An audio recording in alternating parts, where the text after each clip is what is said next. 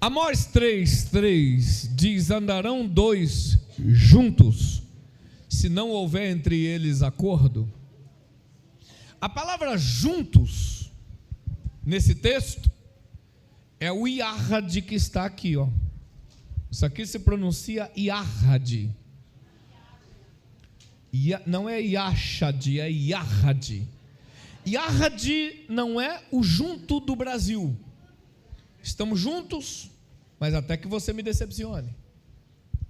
Estamos juntos, até que não me seja mais conveniente. Não, o iarrad significa juntos, sempre juntos. Significa que nossos problemas não podem nos separar. Significa que as decepções não serão mais fortes do que aquilo que nos une. O iarrad é um nível de aliança para gente madura, que resolve os problemas, mas não se separam. Quem pegou isso? Muito bem. Muito bem. Eu quero entrar na história com você. Coloca, por favor, a imagem do John Hus. John Hus, esse homem, ele tem uma admiração e ele vai estar lá no Museu do Avivamento. Eu admiro esse cara, uma quantidade. A atitude dele, ele não está nem aqui para eu fazer uma admiração pessoal, mas eu, de vez em quando, eu fico buscando heróis na história, e eu achei esse aqui. Eu fico procurando heróis, eu tenho admiração por gente que tem atos heróicos. E John Hus, ele agiu no ano de 1415, ele estava agindo. Tem outro slide aí, não tem? Coloca o outro slide para a gente. Pronto, aí ó, 6 de julho de 1415, olha o que estava acontecendo. Na Croácia, rua cheia, um alvoroço, uns com raiva e outros temerosos. E uma guarda do local conduzia um homem preso, que era o John Hus. John Hus, quando chegou nessa data, ele já tinha sido excomungado da igreja romana por pregar o evangelho.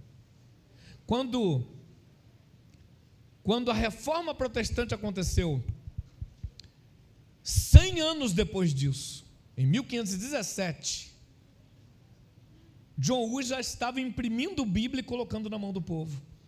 Você está entendendo? Que quando Martinho Lutero imprimia, John Hus já fazia isso há 100 anos antes. Foi excomungado e continuou pregando.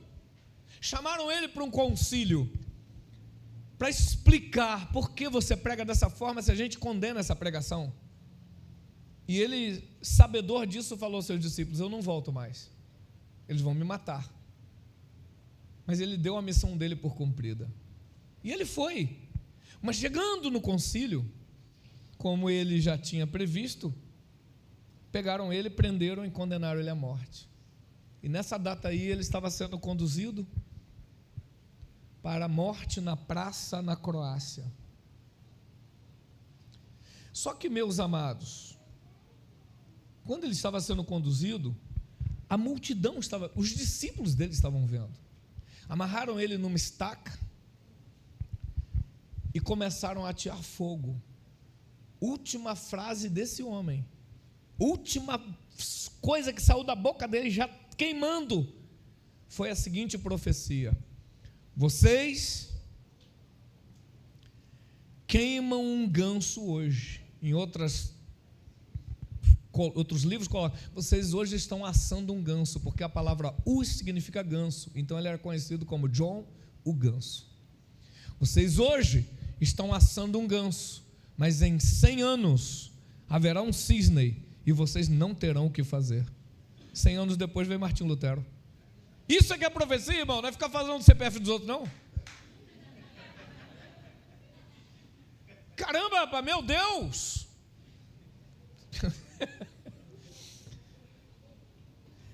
100 anos depois, Martinho Lutero. Só que quando ele morreu, posso outra imagem, ele já tinha mais de 200 mil discípulos, mais de 200 mil seguidores que se mantiveram firmes por mais de 3 centenas de anos. Olha aqui, irmãos, presta atenção, ele não tinha um telefone fixo, ele não tinha uma televisão, ele não tinha um rádio, ele não tinha um WhatsApp, ele não tinha um Instagram, ele tinha discípulos, mais de 200 mil discípulos chamados russitas. Você sabe o que é isso?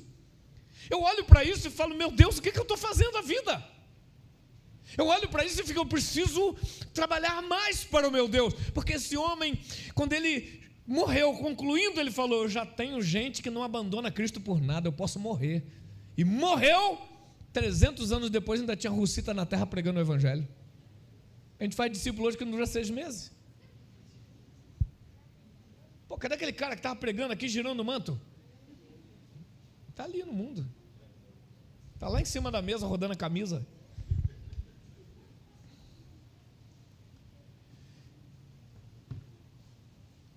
Isso aconteceu nessa data, guarda a data, bota a próxima imagem.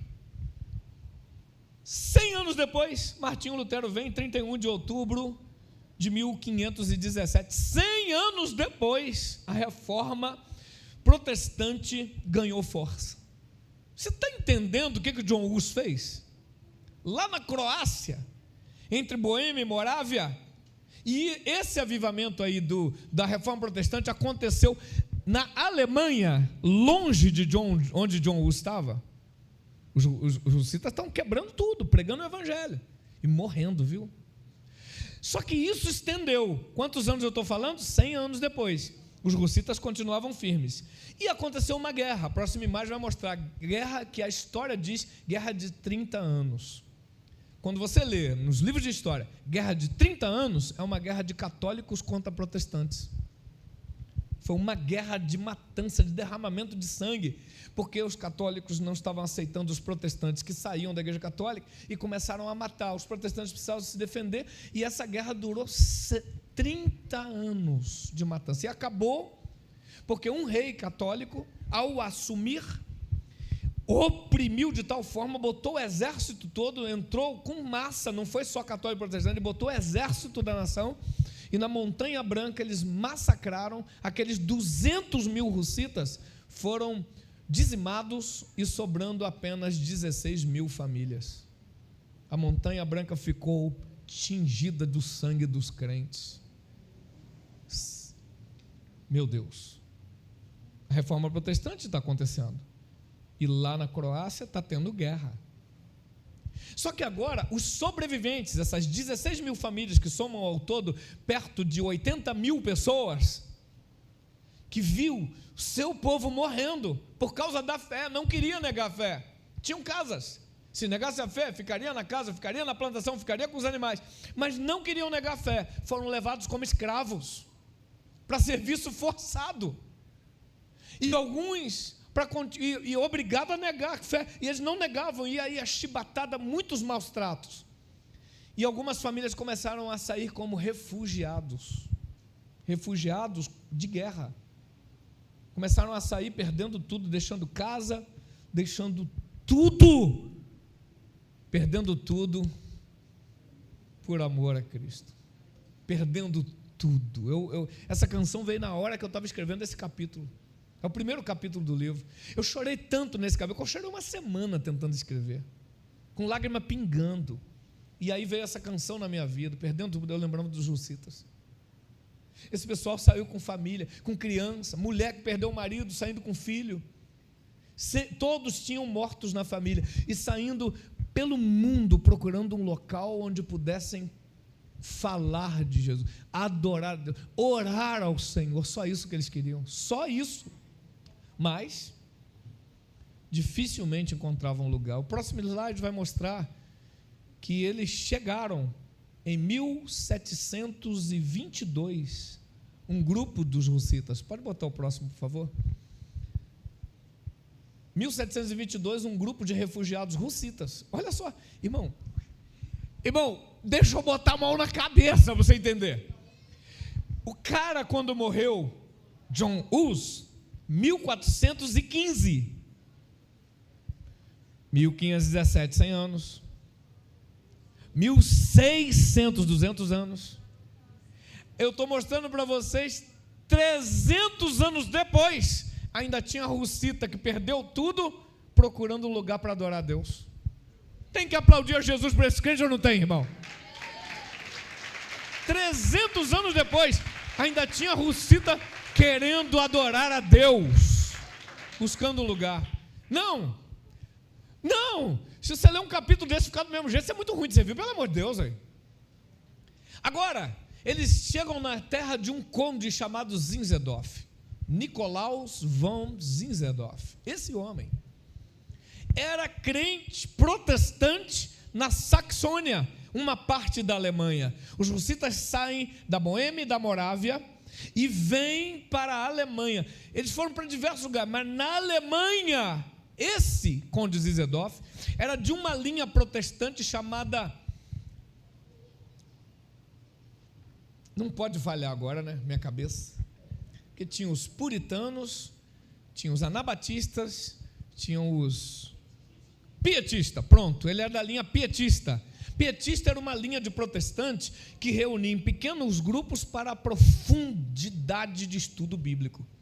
É a linha pietista. Zinzendorf era dessa linha. Era jurista, mas ele amava a obra de Deus. E ele reunia em pequenos grupos e estudava a Bíblia profundamente. Quando esse grupo chega lá, ele não demorou a entender. São protestantes, é gente que teme a Deus, pode ficar nas minhas terras. Ele deu um pedaço de terra para o pessoal ficar. E a partir de então, as terras de Zinzendorf, que vai entrar para o Museu do Avivamento, ele tem que entrar. Zinzendorf abriu as terras dele e deixou o pessoal fazer uma vila.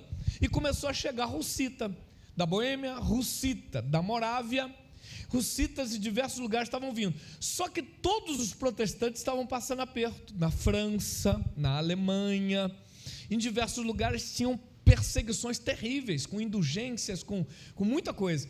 E eles, ou seja, esse local onde eles foram passou a ser chamado Reinhutz, que significa a vigília do Senhor. E ali os crentes acharam um lugar que eles podiam plantar e adorar, podiam falar: Jesus, eu te amo, sem morrer.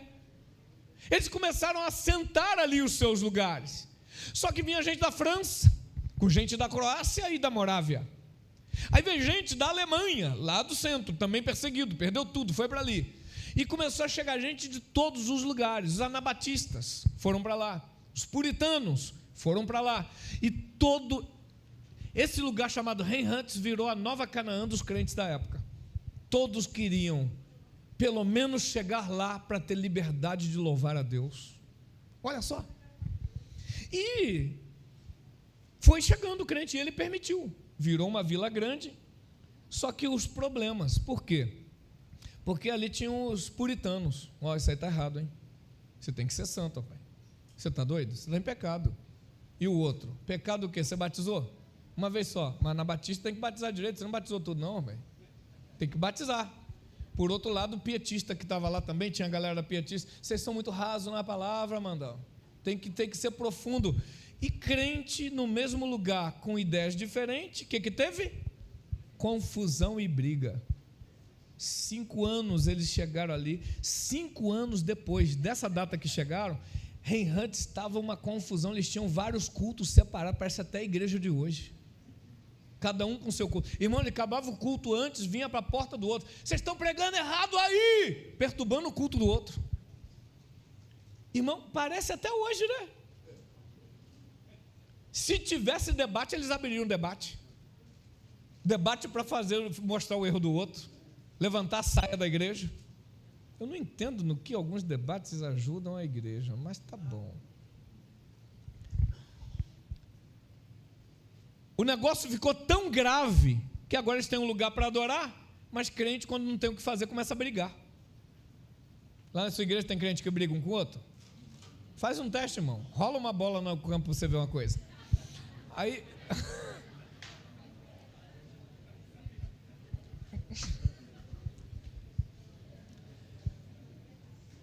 Muito bem. Vocês estão rindo porque já viram confusão de crente, né? Eles acabam de orar. Deus, em nome de Jesus, abençoa a gente aqui. Acaba a oração e já entra de voadora no peito do outro, irmão. Acabou de orar. Muito bem. Esse conde foi chamado de besta do Apocalipse, irmãos, de tanta confusão que estava nas terras dele. Aí o que ele fez?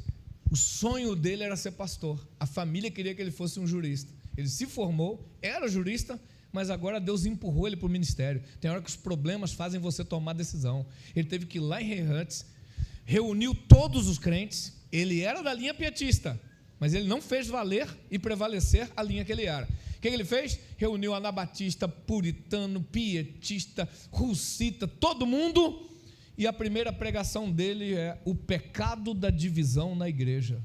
O cara pregou aliança, ele pregou o que está aqui, ó, o pecado da divisão na igreja. A igreja não é um prédio, a igreja são pessoas, e as pessoas estão divididas. Ele pregou sobre isso, levou-os ao arrependimento, irmãos, levou-os ao arrependimento, e uma vez arrependido ele fez mais. Ele começou a ensinar e deu uma série de estudos bíblicos falando de unidade. O cara era da Aliançados. Por fim, em uma data específica, meu Deus do céu, ele pega aqui, ó, em 1727, 13 de agosto de 1727, esse homem, ele reúne todo o pessoal e prega sobre unidade, 3 horas pregando, 3 horas. Quando ele estava terminando a pregação, o que aconteceu na Rua Azusa aconteceu ali. Irmão, o Espírito Santo veio sobre a galera.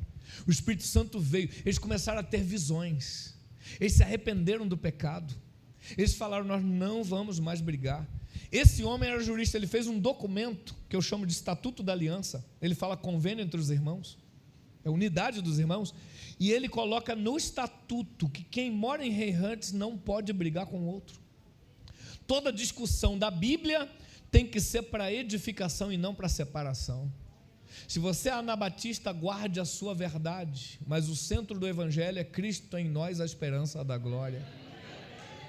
Se você acredita de outro jeito, respeita o que pensa diferente, senão você não é digno de morar em Rei-Hantz. Todos assinaram, cessou a contenda, agora não tinha mais um monte de culto, tinha um culto só, o avivamento desceu, eles tinham visões. Esse povo que foi para lá para salvar a vida, agora fizeram aliança, e depois da aliança, meu Deus, o avivamento aconteceu, o maior avivamento de missões de todos os tempos. Eles foram para lá para salvar a própria vida, ter um lugar para adorar, não abandonaram Cristo, só que agora nasceu a Igreja Morávia. Igreja Morávia, como é o nome? Mas eles não eram puritanos, anabatistas, alemães, eles não eram russitas. Por que chamaram Morávio? Porque não estavam mais ligando para nome. É porque o maior número que estava ali era de moravianos. Eu falei: até um maior número aqui, vamos botar Morávia, porque a gente não está ligando para isso não. E nasceu a Igreja Morávia. Essa igreja, esse povo que estava com medo, abriram pequenos grupos, como os pietistas faziam. Só que Zinzendorf falou: olha gente, vocês querem ir? Não, nós não aguentamos ficar só aqui, nós precisamos ganhar almas, precisamos pregar o evangelho. E começaram a ir por toda a Europa, dando a vida, irmão, dando a vida para pregar o evangelho. Morava no local, abriu um pequeno grupo, e Zinzendorf disse: olha, não sejam profundos, sejam bíblicos. Pregue a simplicidade da Bíblia, porque a profundidade é para quem entende, o povo precisa do básico. Esse povo abriu centenas de pequenos grupos e centenas de igrejas por toda a Europa, com o risco da própria vida. A maioria morreu abrindo igreja. E eles foram para lá para quê? Para ter um lugar seguro. Agora estão indo para todo lugar perigoso para pregar, porque depois da aliança Deus faz a gente ousar. Mais do que isso, esse povo alcançou a África do Sul, a Índia. Esse povo alcançou o mundo conhecido pregando o evangelho. Não teve uma igreja, junta missionária mandou muito, mas uma igreja como eles eram, alcançar tanta gente com missões, nunca aconteceu na história da terra. A partir desse avivamento de 1727, 13 de agosto de 1907, quando o Espírito Santo veio, eles resolveram orar. Nenhuma igreja, nenhuma instituição conseguiu o que eles conseguiram até hoje. Depois da aliança, eles oraram 120 anos ininterruptos. 120 anos de oração ininterrupta, não pararam de orar, tinha sempre alguém lá orando, a torre de vigília, eu vou nesse lugar, irmão, eu vou lá na casa do Zinzendorf, eu vou nesse lugar.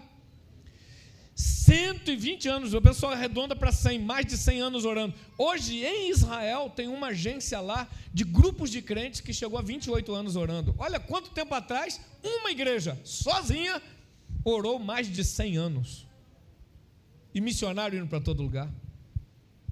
A coisa foi tão forte, vou te mostrar o poder de uma unidade, que quando eles iam, o símbolo deles é um cordeiro com uma bandeira de campeão, dizendo: o nosso cordeiro venceu, vamos segui-lo. E quando iam, a frase usada era: vamos ali buscar o galardão do nosso Senhor. E nunca mais voltavam. Entravam em navios, davam tchau para a família e nunca mais eram vistos. Nós vamos buscar o galardão do nosso Senhor. Ele morreu para aquelas almas.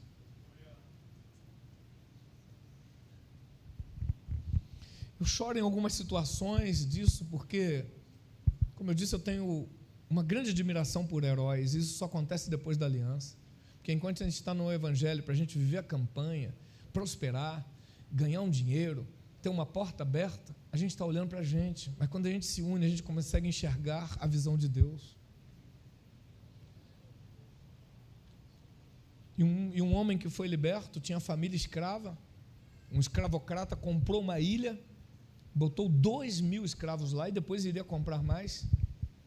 Um homem que foi liberto pediu a Zinzendorf numa convenção, dizendo: puxa vida, eu preciso que a minha família conheça essa verdade que eu conheço, eu não posso ir. Manda alguém para lá. Zinzendorf reuniu em Reinhardts e falou: gente, nós precisamos de alguém para ir para tal ilha. E 2 rapazes falaram: nós vamos. Entraram em contato com o proprietário da ilha e o cara falou: cara, eu não sou católico, eu não sou protestante, eu não sou nada, eu sou ateu, então eu não acredito nessa pregação. E eles falaram: mas nós acreditamos e a gente precisa pregar para aqueles homens. Ele falou: então vira escravo e prega para eles. Senhor, o que a gente tem que fazer para virar escravo? E ele falou: eu compro vocês. E eles se venderam. Eu falei: puxa vida, certamente eles conseguiram um bom dinheiro, mandaram para Reinhardts e foram trabalhar como escravo. O proprietário falou: o dinheiro que eu pago é a passagem de vocês daqui para lá. Eles entraram no navio, foram para a ilha, nunca mais voltaram.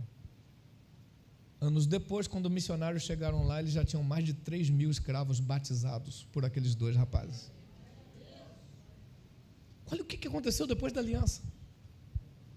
Eu termino aqui falando com vocês de um homem que não tem como ser o mesmo depois disso. Depois de tantos missionários, para cada 26 morável tinha um missionário. Eles não tinham mais recursos, não tinham como enviar mais nada. Zinzendorf enviou, ele botou a vida dele, ele gastou os dias. No final da vida de Zinzendorf, ele estava com conta que ele não aguentava pagar, porque ele estava investindo em missões.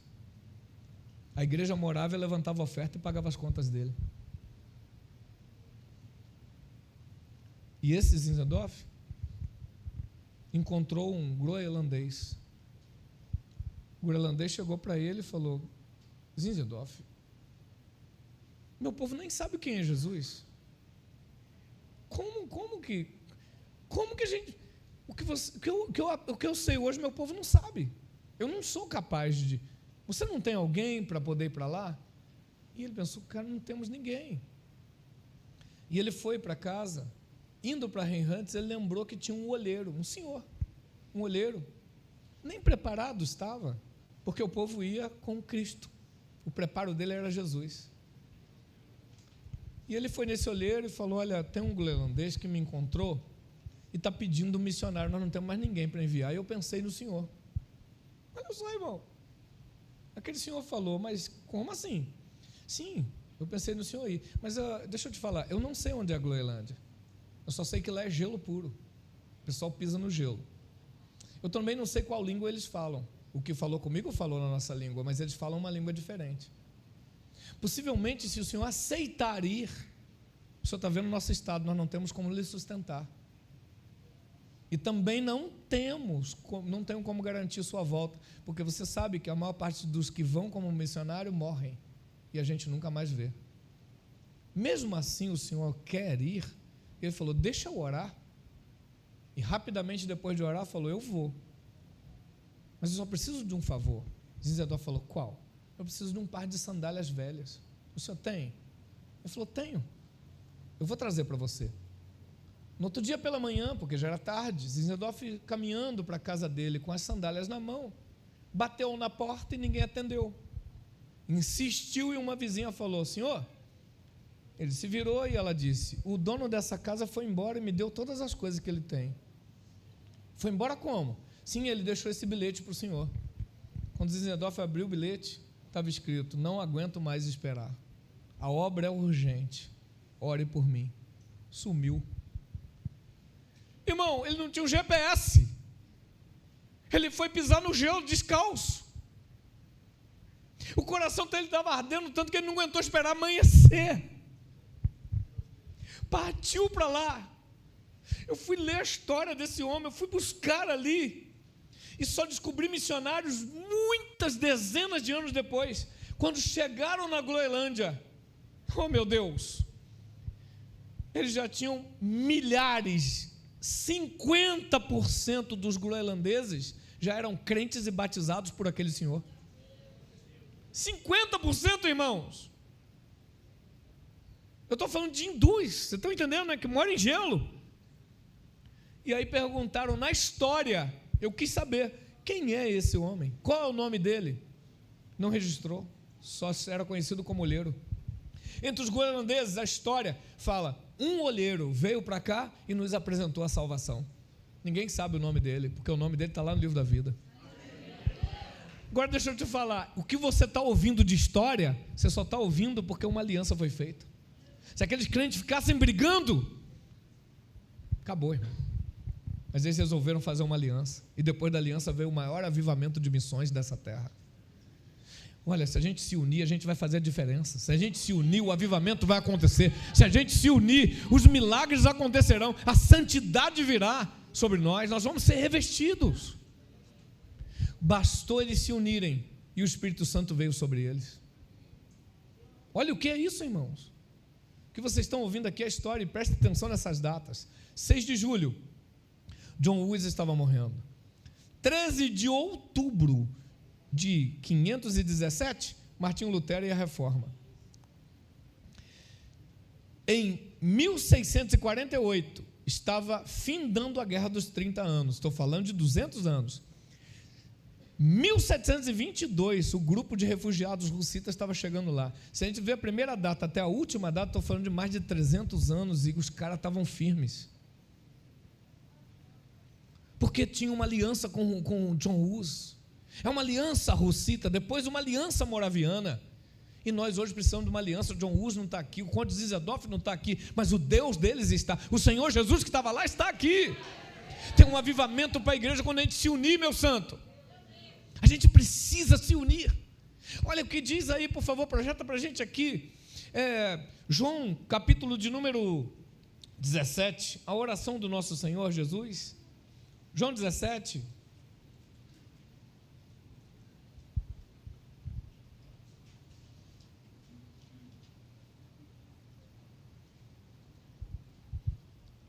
Meu Deus do céu. Olha o que diz aí o verso de número 21. Não, vamos começar no 20. Não rogo somente por estes, mas também por aqueles que estarão lá na conferência em Realengo, na Igreja da Aliança. Ele está falando para os crentes do futuro. Você está aqui. Jesus orou por você. A fim de que todos sejam um. Olha o verso 21. A fim de que todos sejam um. A vontade de Deus é que a gente seja um. Para quê? E como és tu, ó Pai, em mim e eu em ti, ele é o maior exemplo, né? Sejam eles em nós. Jesus está unido ao Pai e está chamando a gente para lá. Quem não anda em aliança se separa. Olha o que ele ora, é a oração do nosso mestre, hein? Assim sejam eles em nós. Paramos aqui no verso 21, para que o mundo creia que tu me enviaste, porque quando a gente se une, Deus manda o povo. Tem um avivamento na nossa aliança. Quando a gente se une, alguma coisa acontece no Reino do Espírito. Às vezes você prega bem, tem um culto muito dinâmico, tudo certinho, ótima administração, mas o povo separado. Na divisão, Deus não traz o povo. Mas quando a gente se une, pode ser tudo simples. Deus manda o povo para o lugar onde há unidade. Não, eu vou provar para você. Olha o verso 22. Eu lhes tenho transmitido a glória que me tens dado, para que sejam... Não, gente, por favor, para que sejam... E como nós o somos, eu neles, tu em mim, a fim de que sejam, o quê? Aperfeiçoados na unidade, para que o mundo conheça que tu me enviaste e me amaste. Você compreende que tem um avivamento escondido na nossa unidade? E quando Jesus orou por isso, orou por essa unidade. Quando os morávios viveram isso, um avivamento. Tem um avivamento esperando pela nossa unidade. Oi, e quando a gente aprender a andar unido, Deus vai mandar recurso, Ele vai abrir o céu, o milagre vai acontecer, irmão. A gente se divide por pouca coisa. É uma irmã faladeira que afasta quem é fraco. Às vezes Deus coloca aquela fofoqueira na vida da igreja para testar você, testar seu nível de aliança, e você está sendo reprovado. Lógico, irmão, que a fofoqueira faltou hoje, não está por aqui.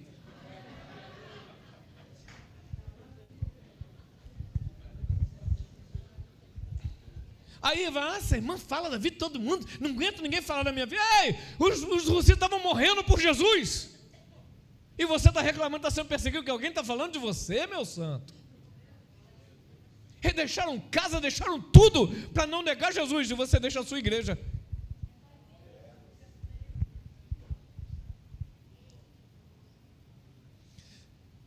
Quando a gente entender isso, irmão, não tem jeito. Avivamento, vamos orar. Se orar separado não é a mesma coisa. Vamos fazer vigília, mas aí acaba a vigília, vai para a rodinha de panela.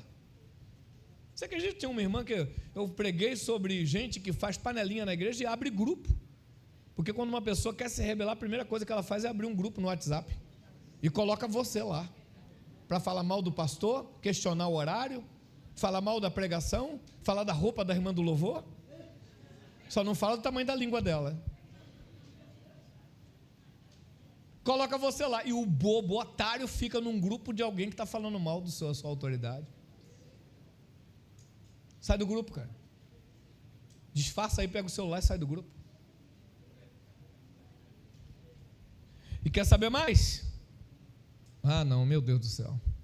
Acaba a vigília.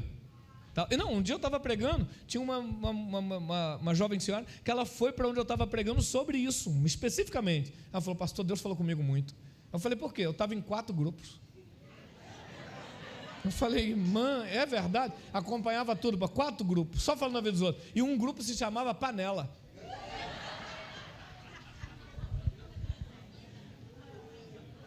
Ela saiu dos 4 grupos na hora. Não estou falando isso aqui à toa, não, nem ia falar sobre isso. É porque alguém precisa sair de algum grupo hoje.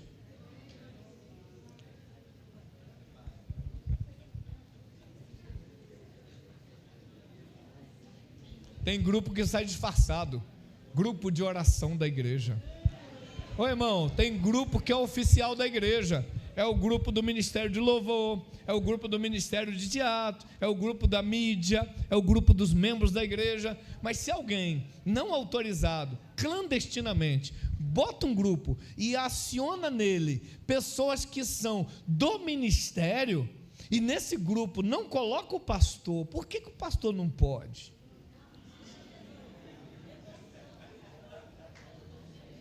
E nesse grupo faz até oração para disfarçar. Deus poderoso, aleluia. Estou orando por todos vocês nessa manhã. Acaba a oração, passa um tempinho. Gente, não estou concordando com as reuniões que o pastor está marcando. Essa oração não valeu nada. Porque quem não está concordando tem que conversar com o pastor. Se procura você para conversar é porque julgou você como fraco de caráter. Porque quem chama você para falar mal da sua igreja, do seu pastor, é porque entendeu que você não é forte de caráter para poder confrontá-la. A gente tem que acabar com essas divisões nas nossas igrejas, irmão. Bem, eu estou falando de bobeira, porque tanto quem está me assistindo na mídia, como quem está aqui é santo de auréola. Não tem nada disso, irmão. Fala a verdade, você já falou da vida de alguém? Ninguém. Então, é assim, a gente...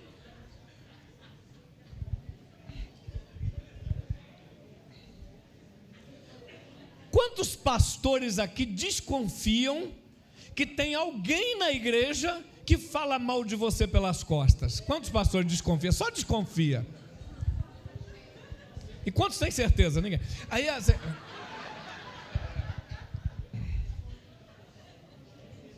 agora, seu pastor está aqui? Seu pastor está aqui? Fica em pé, pastor, fica em pé rapidinho, fica em pé. Vira para o seu povo aí.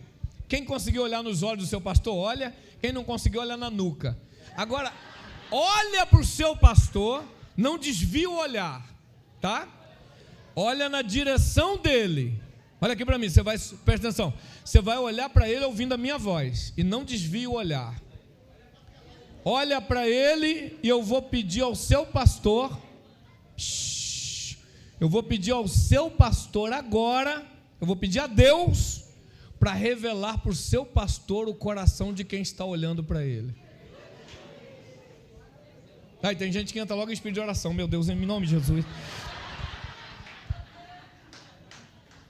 Irmão, porque Deus pode revelar o seu coração. E sabe por que Ele não faz?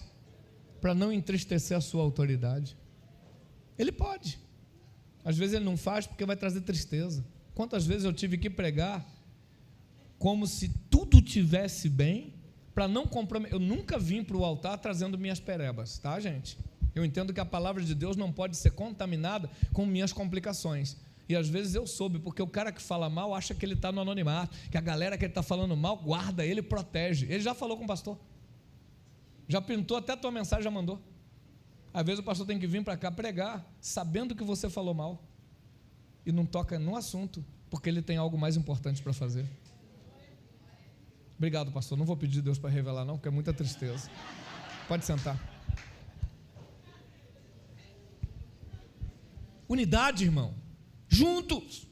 A gente tem que viver isso. Esse ano eu vou bater na tecla, mas não vai ser um tema do ano. Vai ser, nós vamos viver o resto da vida. Junto, é junto que o milagre acontece. Nós temos que caminhar junto. Nós temos que fazer valer o avivamento em Gales. País de Gales, irmãos. Segunda Guerra Mundial. Está aí no livro. Esse livro tem história para você. Segunda Guerra Mundial, país de Gales, a Alemanha vindo com aviões para destruir Gales, só que lá tinha crente. Esses crentes não tinham o que fazer, não tinham como se defender, o povo não tinha o que fazer, não tinha resistência para os aviões, que iam destruir tudo. Sabe o que os crentes fizeram? Foram orar. Aí eu fui pesquisar na história, eles não só foram orar, eles foram orar nas igrejas. Foram orar juntos. Não ficou cada um no seu quarto, não. A gente não tem o que fazer, gente. Não tem o que fazer. Nós precisamos orar. Sabe o que fizeram? Encheram as igrejas. Senhor, em nome de Jesus, só o Senhor para fazer um milagre. Mas se dois na terra concordarem a respeito de qualquer coisa, qualquer coisa é qualquer coisa. Sabe o que a história diz? A história dos próprios alemães deixa claro que eles vinham numa esquadria, o comandante, a igreja orando junto, em vários pontos. Falou, atenção, abortar o ataque. Mas por quê? Você não está vendo que está tudo pegando fogo? Deram a volta e vieram embora sem soltar uma bomba, porque Deus incendiou todo o país de Gales num avivamento. Você tem que aplaudir a Jesus, irmão. É isso que, quando a gente ora junto, é isso que acontece. Se a gente orar junto, é um milagre acontecendo. Meu Deus! A retirada da Segunda Guerra Mundial, de um povo lá, e não tinham o que fazer, porque eles estavam expostos, e os alemães na retirada iam matar, antes de terminar a guerra, iam matar todo mundo alvejando. A igreja orou, irmão, tinha uns crentes lá, eles oraram junto, e começaram a orar. Falou, não tem jeito, cara. Falou, não, mas nosso Deus é Deus do impossível. Mas o que ele vai fazer? Não tem como viajar para cá, não dá tempo, os inimigos estão ali, e como que a gente vai passar nesse pedaço? Os crentes não ligaram para aquilo, eles se uniram e começaram a orar: Deus, um milagre. Nós nem sabemos o que pedir, a gente pede vida, a gente só precisa atravessar. Os alemães estão lá, e está muito visível. Deus mandou a neblina. A neblina foi tão densa que eles passaram sem os alemães ver. Milhares de pessoas foram poupadas pela oração dos crentes. Isso é história, meu senhor. Do nada veio uma neblina, não choveu nem nada, só tampou tudo.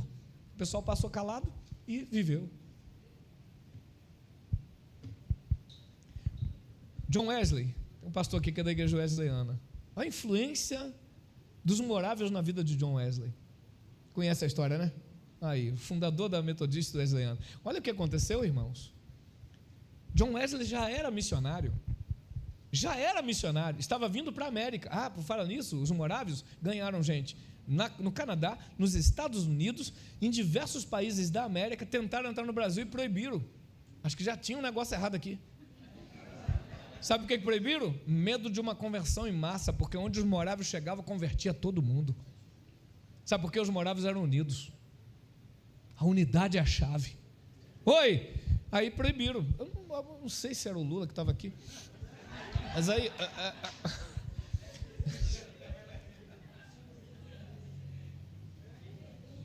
Irmão, o John Wesley estava indo para a América, atravessando o oceano. Veio uma tempestade e tinha moráveis no barco. O barco era chacoalhado, o mastro principal quebrou. John Wesley gritava, todos apavorados, e os moráveis de boa, tranquilos. Quando a tempestade passou, John Wesley não entendeu. Se aproximou daquela família morável e falou: você não tem medo? Ele falou: não, nós somos de Jesus, se morrer tudo bem. Mas e as mulheres? E as crianças também ficaram? Eles já entenderam. A nossa vida é de Jesus. Nós estamos indo para o campo. Pregar o evangelho, a maior parte do nosso povo vai e não volta com vida. A gente já está dando a nossa vida por Jesus. John Wesley disse: estou indo ganhar almas, e quem há de salvar a minha? Palavras de John Wesley. Depois ele usou a frase de Zinzendorf. Frase de Zinzendorf, muito usada nas coisas... talvez eu erre, mas está aqui uma das frases que eu uso. Nas coisas essenciais, unidade. Nas coisas não essenciais, aí ele fala uma coisa: em todas as coisas, amor. John Wesley usou muito isso.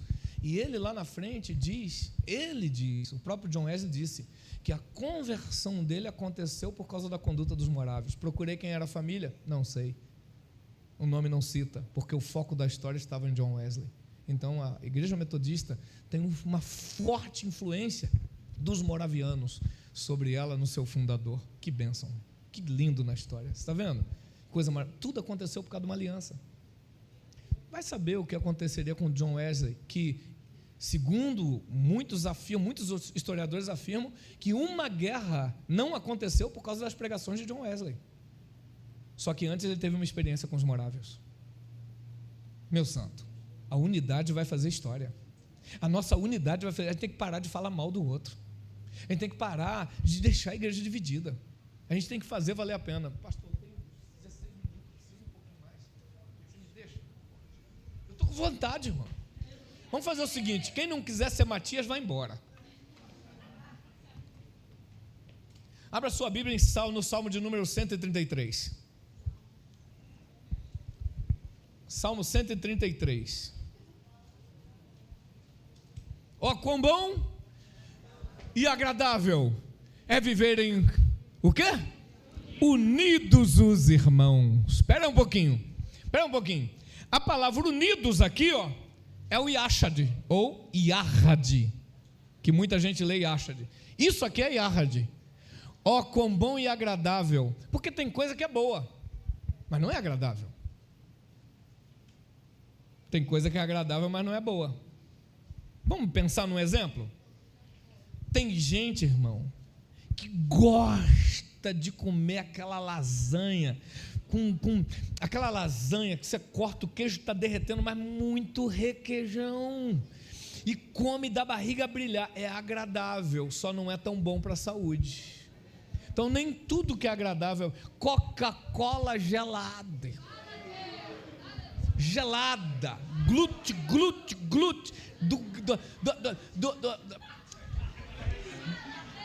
do gás passar pela garganta e a lágrima descer, irmão. É agradável, mas não é bom. Agora, tem coisa que é boa e não é agradável. Vou dar um exemplo. Tosse forte. Aí o médico passa um xarope ruim. Ele não é bom. Perdão, ele não é agradável. Você toma atravessado, mas ele é bom para a sua saúde. Então tem coisa que não é bom, mas é agradável. Tem coisa que é agradável, mas não é bom. Você está entendendo que nem tudo que é bom é agradável e nem tudo que é agradável é bom? Mas a nossa unidade é bom e agradável. Tem que aplaudir a Jesus, irmão. A nossa unidade é bom e agradável. É os dois. Ei, levanta a mão e diga: a minha unidade com a minha igreja é bom e agradável. Não, ninguém fez bom e agradável. É medo dos outros?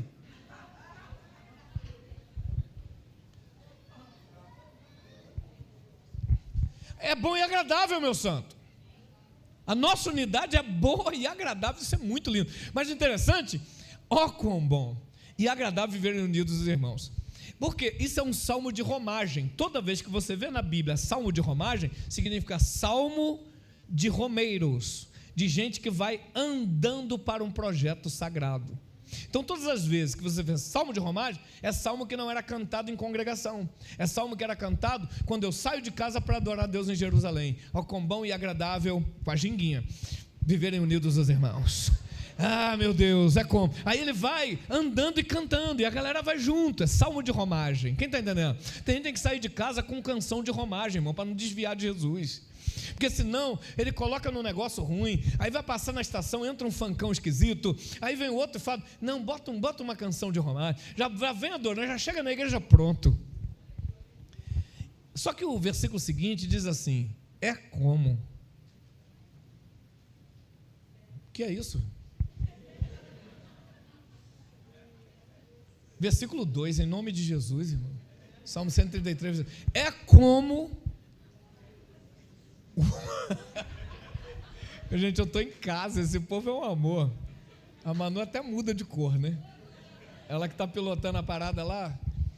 É como o óleo precioso sobre a cabeça de Arão, que desce para a barba, para a barba e até a gola das suas vestes.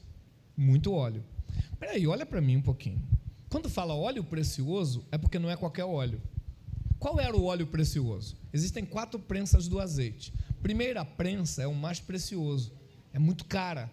Ela era usada para ungir rei, sacerdote e profeta. Segunda prensa era usada para as coisas de sagrada, iluminação do sagrado. Então o precioso podia ser usado na menorá e tudo, perdão, o precioso era usado nisso, na menorá. Segundo óleo era o comestível, é o óleo de cozinha para temperar. Terceira prensa era usada para virar sabão, esse tipo de coisa, entendeu? E a quarta prensa, a quarta prensa era sabão, a terceira prensa era comestível, a terceira prensa era para iluminar as lamparinas do pessoal. Agora pronto, vamos lá.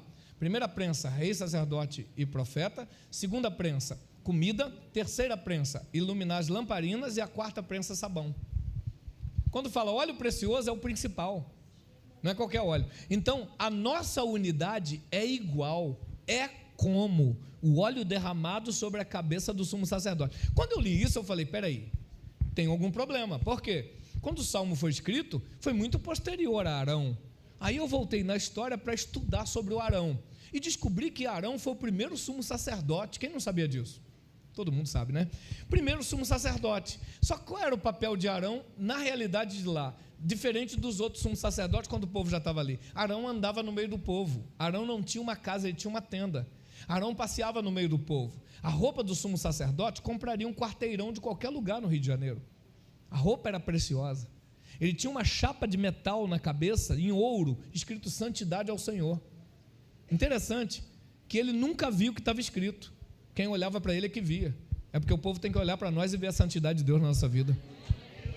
Ele carregava o peitoral com as 12 pedras, porque quem é sacerdote carrega o povo no coração. Dentro dele, dentro da sua sacerdotal, tinha 2 diamantes gigantes, os maiores já vistos, chamados Urim e Tumim. E quando ele queria saber de alguma coisa, não era profeta, né, para ter revelação, ele pegava o Urim numa mão, Turim na outra, e falava: Senhor, devemos ir à guerra? Se os 2 acendessem, sim, eu sou com vocês, pode ir. Se só um acendesse, não vai não que vai dar ruim, pode ficar aqui. Se nenhum acendesse, não quero papo com vocês. Você está entendendo? Isso ficava com Arão. Arão tinha em volta da sua roupa sinos de ouro no formato de romã. Eu falei: para quê? Sinos de ouro no formato de romã. É porque nenhum sino era feito desse em todo Israel, só na roupa dele, porque Arão representava Deus na terra. Arão representava a presença de Deus. Ele não era Deus, mas representava Deus. Olha só. E aí, quando Arão passava, ninguém ficava com um comportamento igual. O comportamento muda, porque a nossa autoridade, o homem que representa Deus está vindo. Ele não era adorado, ele era reverenciado. E olha que coisa, irmãos. Quando Arão passava, quem via mudava o comportamento. Tipo, fazia uma reverência: ô meu senhor, me abençoa. É como a gente fala, bênção, ou seja, muda o comportamento.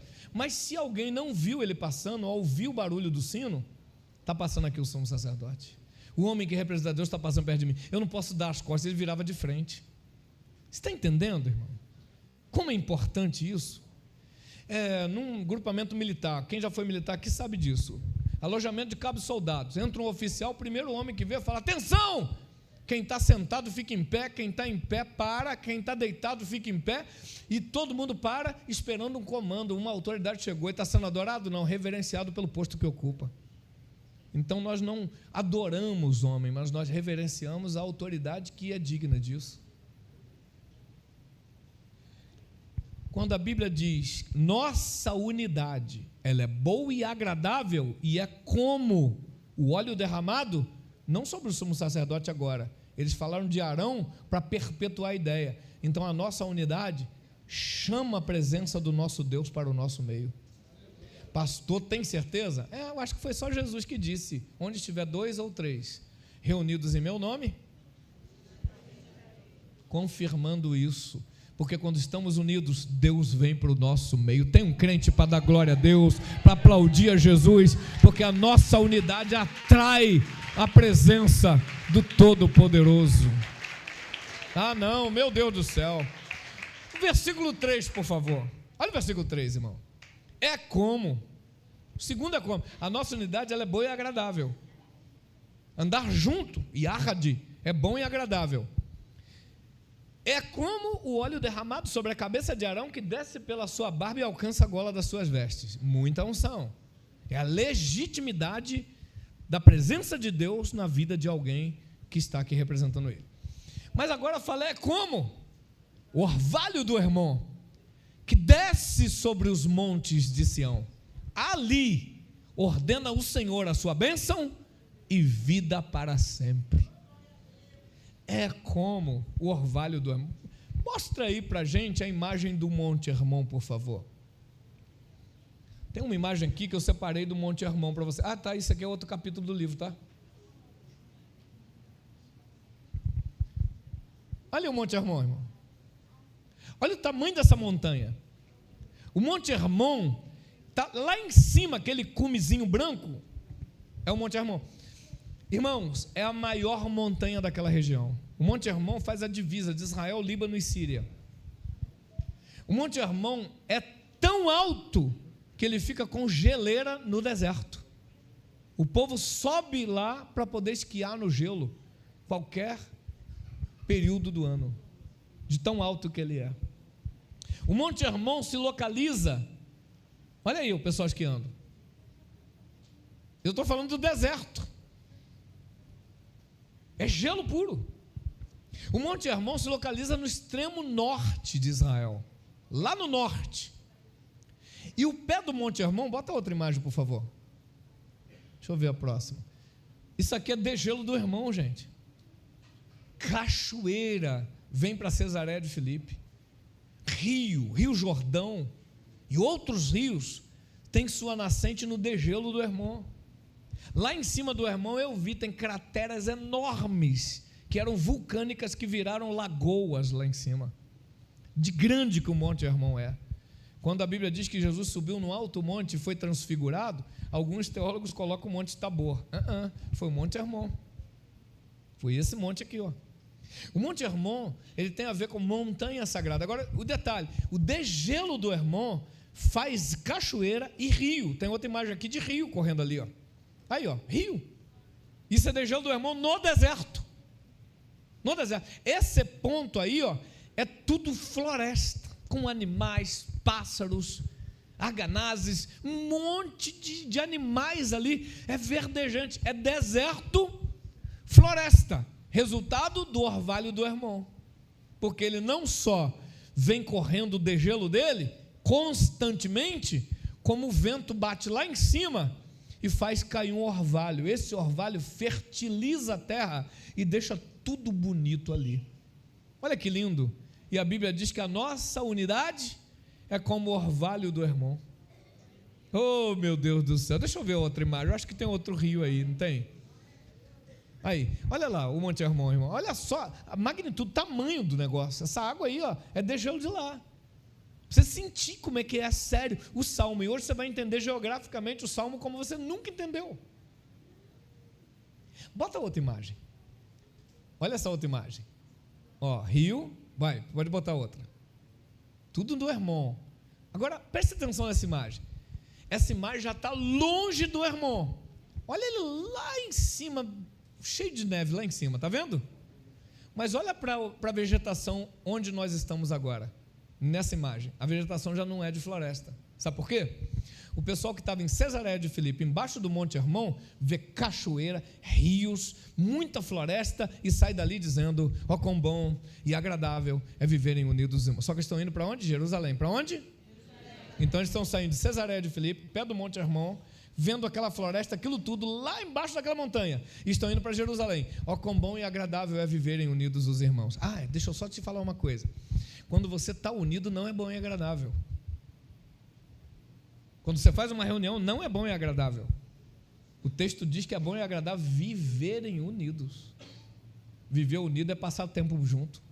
Viver unido é o que eu falo isso, mas com muita liberdade com Lucas. Eu ganhei a mãe do Lucas para Jesus quando ela tinha 15 anos.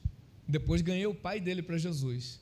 Casei, batizei os dois, casei os dois, apresentei o primeiro filho, o Lucas é o segundo, apresentei o terceiro filho, que é uma menina. O Lucas cresceu comigo e hoje está me auxiliando no ministério. Bom e agradável é viverem juntos os irmãos, porque tem gente que não consegue passar um relacionamento mais de um ano. Briga com todo mundo, estão conspirando contra mim, falaram mal de mim, não sei o quê. Que frescura, rapaz, que frescura. O bom e agradável não é reunir, o bom e agradável é viver unido. Viver unido é o desafio, irmão, porque quando você anda com uma pessoa há muito tempo, você vai descobrir tudo que presta, mas você vai descobrir você descobriu um negócio estranho também. Por isso que a Bíblia diz que bom e agradável é viver, ter uma vida de unidade. É como o óleo derramado, mas é como o orvalho do Hermon. Só que agora eu estou indo, Cesareia de Filipe, e eu estou indo para Jerusalém. Como bom e agradável viverem unidos, irmãos. É como o orvalho do Hermon, que desce sobre os montes de Sião. Só que agora eu já estou a quilômetros do Hermon, não tem mais floresta, e eu continuo cantando. É como o orvalho do Hermon, que desce sobre os montes de Sião. Ali ordena o Senhor a sua bênção e vida para sempre. Porque o orvalho do Hermon cai no pé dele, mas ali ele não cai mais. E olha para onde eles estão indo. Bota a última imagem. Estão indo para Jerusalém. Olha que sequidão. Ali são os montes de Sião. O Hermon é uma montanha chamada Hermon. É como o orvalho do Hermon que desce sobre os montes de Sião. Conjunto de pequenas 12 montanhas que formam Sião. Vamos de novo? Ó, quão bom e agradável viverem unidos, irmãos. É como o orvalho do Hermon que desce sobre os montes de Sião. Ali ordena o Senhor a sua vida e bênção para sempre. Olha para mim, presta atenção. Eu estou te mostrando geograficamente que o Hermon é no extremo norte e Sião é no extremo sul. É impossível o orvalho do Hermon fazer a viagem pelo deserto e chegar no sul. Nunca aconteceu. Sabe o que eles estão cantando? A nossa unidade pode fazer até o impossível acontecer. Eles estão cantando isso, olhando para o deserto e dizendo: o orvalho do Hermão pode chegar em Sião, ali o Senhor ordena a sua vida para sempre. Nunca aconteceu, mas estão falando, se a gente se unir, a coisa acontece. Então deixa eu te falar, a nossa unidade, verso 2, chama a presença de Deus. A nossa unidade faz o impossível acontecer. Fique de pé, para a gente poder orar. Esse é um capítulo do livro, aí você vê se presta.